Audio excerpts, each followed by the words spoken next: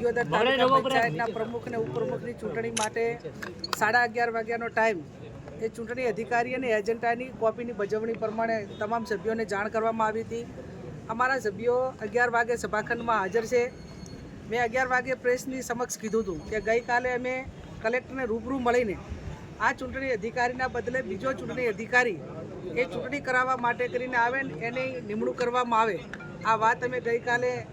ધારાસભ્યોની સાથે કલેક્ટરશ્રીને વિનંતી કરી હતી. એમને પણ કીધું હતું કે એ પ્રમાણે અમે કરીશું, પણ ઈરાદાપૂર્વક આજે ફરી જે ચૂંટણી અધિકારી જે ચૂંટણી કરાવવા માટે જેની નિમણૂક કરેલી હતી એ હાજર નથી રહ્યા અને કોઈ કારણ નથી. એમને કીધું કે અમે 3:30 વાગે એમની તબિયત સારી થઈ જાય તો પાછી ચૂંટણી કરાવીશું. તો મારે વહીવટી તંત્રને, કલેક્ટરને, ચૂંટણી અધિકારીને કહેવું છે કે હવે તમે ભાજપનો ખેસ પહેરી લો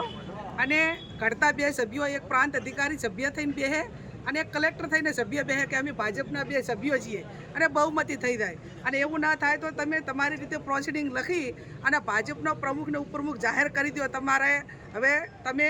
બ્યુરોક્રેસી નથી, તમે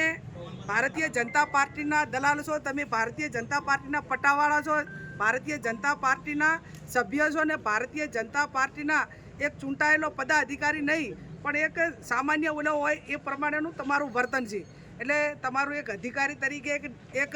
ડેમોક્રેસીને બંધારણીય પ્રમાણે જવાબદારી જે અધિકારીઓની થાય છે એ નિભાવતા નથી. અને હવે પ્રજાએ જ્યારે આક્રોશ એક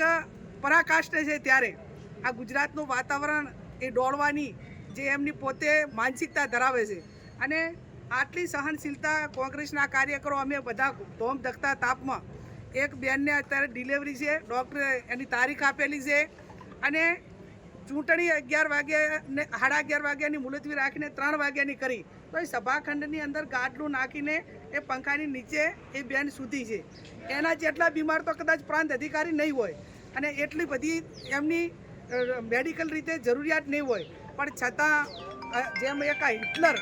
જે જર્મનીનો હિટલર હતો એને પણ સારું કેવડાવે એ પરિસ્થિતિનું નિર્માણ અત્યારે આ ગુજરાત અને આ દિયોદર તાલુકાની અંદર જોવા મળે છે.